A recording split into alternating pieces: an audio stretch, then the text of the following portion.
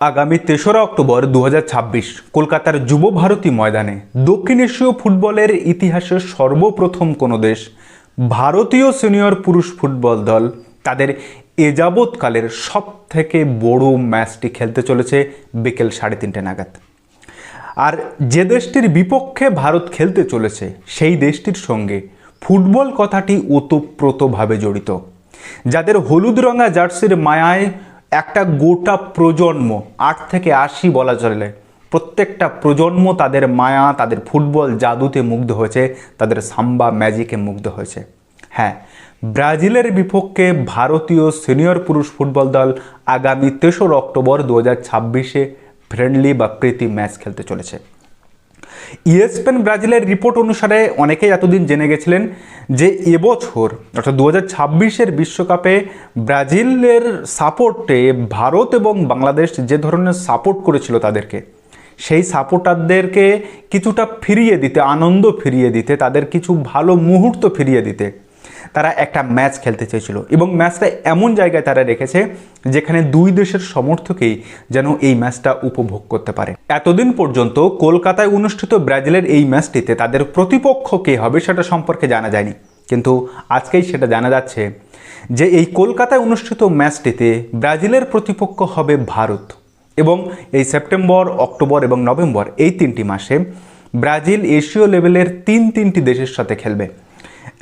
সেপ্টেম্বরে খেলবে আপনার অস্ট্রেলিয়ার সঙ্গে, অক্টোবরে খেলবে ভারতের সঙ্গে, নভেম্বরে সিঙ্গাপুরে একটা টুর্নামেন্ট খেলবে এবং তারপরে জাপানের সঙ্গেও কিন্তু একটা টুর্নামেন্ট কয়েকটা প্রীতি ম্যাচ বা ফ্রেন্ডলি ম্যাচও খেলবে। 1950 সাল নাগাদ ভারতের সামনে সুযোগ এসেছিল ব্রাজিলে গিয়ে বিশ্বকাপ খেলার, কিন্তু তৎকালীন ফেডারেশন এবং ভারত সরকারের অপরিণামদর্শিতার কারণে ভারত সেই সুযোগটা হেলায় হারিয়ে দিয়েছিল। এরপরে সেই সুযোগটা আবার এসেছে ব্রাজিলের মতো ফুটবলের এলিট লেভেলের একটা দেশের সঙ্গে ম্যাচ খেলার। যদি এখনও পর্যন্ত আমরা পরিলক্ষণ করি তবে ব্রাজিলের সঙ্গে আমার খুব গোচরে যেটা আছে সেটা 3টে ম্যাচ হয়েছে। তো এই 3টি ম্যাচের যদি প্রথম ম্যাচটির কথা বলা হয় তবে 2021 সালে ভারতের সিনিয়র ওমেন্স দল ব্রাজিলের সিনিয়র ওমেন্স দলের বিপক্ষে একটি ফ্রেন্ডলি ম্যাচ খেলেছিল, যেখানে ভারত ওই ম্যাচটাতে 6-1 গোলে পরাস্ত হয়। কিন্তু ওই ম্যাচটাতে ভারতীয় সিনিয়র মহিলা দলের সুপারস্টার মনীষা কল্যাণ একটি গোল করেছিল।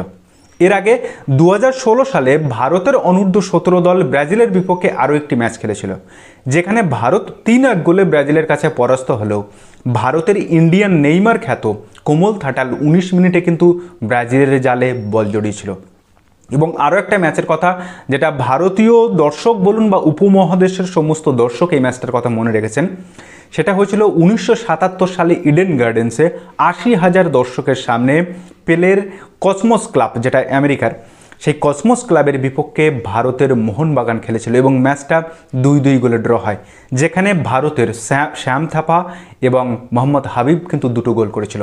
তো এই হলো এখনও পর্যন্ত আমার গোচরে আছে বা আমার জানা 3টে ম্যাচ যেটা ব্রাজিলের প্লেয়ারদের বিপক্ষে ভারত খেলেছিল। যদি ইএসপিএন ব্রাজিলের রিপোর্ট সত্যি হয় কিংবা বিভিন্ন মিডিয়া থেকে যে রিপোর্টগুলো আমি পেয়েছি সেই রিপোর্টটা যদি সত্যি হয়, যদি সত্যিই ভারত ব্রাজিলের বিপক্ষে এই ম্যাচটা যুব ভারতীতে খেলে আগামী 3রা অক্টোবর, তাহলে আমি ভীষণভাবে চাইব যে এই মুহূর্তে ভারতের সিনিয়র পুরুষ দলের যে সমস্ত প্লেয়ার আছে, আমি কাউকে ছোট না করেই বলছি, তারা তাদের পিক ফর্মটা ফেলে এসেছে। 2019 সালে কিংবা 2020-21 সাল নাগাদ যে ফুটবলটা তারা খেলতো সেই ফুটবলের ধারে কাছে এখন তারা পৌঁছতে পারছে না। ফলে ওই সমস্ত বয়স্ক অচল প্লেয়ারদেরকে যদি আমরা সাইডে রেখে ইয়ং ট্যালেন্ট, ইয়ং ব্লাডদেরকে সুযোগ দিই, যারা রীতিমতো ফুটবলকে আবার নতুন করে মাতাতে শিখছে, যাদের হারানোর সত্যিই কিছু নেই, এবং ব্রাজিলের মতো এত বড় একটা এলিট প্রতিপক্ষের বিরুদ্ধে তারা যদি খেলে, তাদের ফুটবল কেরিয়ারে একটা ল্যান্ডমার্ক হয়ে থাকবে এই বিষয়টায় এবং তারা অনেক কিছু শিখতেও পারবে। তাই আমি চাই বিশেষ করে ভারতীয় সিনিয়র দল থেকে, আমি কাউকে ছোট না করেই বলছি, এরা ভারতকে অনেক কিছু দিয়েছে, কিন্তু তারপরেও বলছি এরা তাদের পিক ফর্মটা বা পিক টাইমটা কিন্তু ফেলে এসেছে।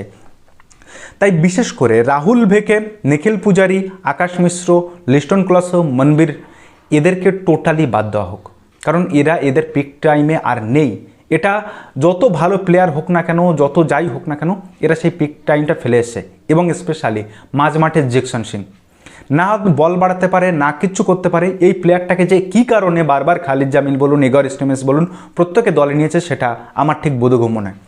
যদি জিকসনের থেকে আমাকে ডার্টি ওয়াকটা করতে হয়, তবে আমি ডার্টি ওয়াকের জন্য দীপক টাংরিকে নেব, যে কিন্তু একটা শক্তিশালী প্রতিপক্ষের বিরুদ্ধে ভালো ম্যাচ খেলেছিল ইগর স্টিমেন্সের অধীনে। এবং যদি দীপক টাংরিকেও আমার পছন্দ না হয়, তাহলে আমি আন্ডার-23 হামতেকে নেব, এদেরকে নেব। আর যদি সিনিয়র দলের যে কয়েকটা প্লেয়ার, 4-5টা প্লেয়ার, আমি চাই যে যদি এই 11 জন প্লেয়ার ভারতের 11 জন প্লেয়ার ব্রাজিলের বিপক্ষে মাঠে নামে, তবে তার মধ্যে বড়জোর 4 জন কি খুব বেশি হলে 5 জন সিনিয়র দলের প্লেয়ারকে রাখা হোক, যার মধ্যে গুরপ্রীত, ডিফেন্সে সন্দেশ ঝিঙ্গান, মাঝমাঠে আপুইহা, ওদিকে রায়ান উইলিয়ামস এবং সাংতে। আর যদি খুব দরকারি হয় তবে ওদের সঙ্গে আপনার সাহাল বা আপনার বিক্রম প্রতাপ এনাফ, আর কাউকে দরকার নেই। এর পরিবর্তে আন্ডার-23 বা আন্ডার-20 ইউহান বেঞ্জামিন এদের মতো প্লেয়ার। আর যদি আন্ডার-23 বলি, তবে বিশেষ করে সুহেল আহমেদ ভাট, মোহাম্মদ সুহেল, সানান, ম্যাকাটন এবং আপনার মোহাম্মদ সুহেল, হ্যাঁ অভিষেক সিং, এই সমস্ত প্লেয়ারকে জন্য অবশ্যই দলে নেওয়া হয়।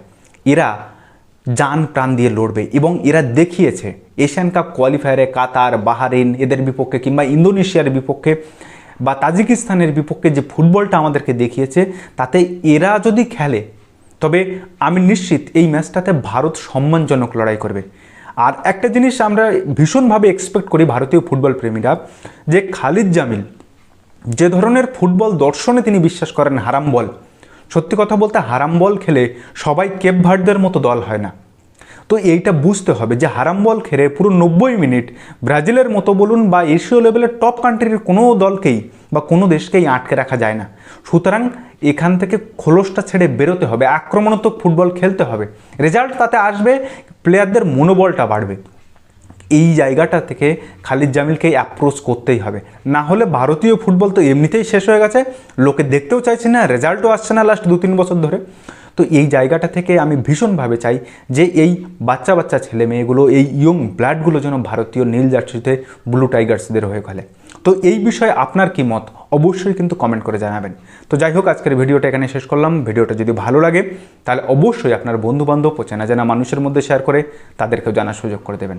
তো দেখা হচ্ছে পরের ভিডিওতে, ততদিন ভালো থাকবেন, সুস্থ থাকবেন আর অবশ্যই নিজের খেয়াল রাখবেন।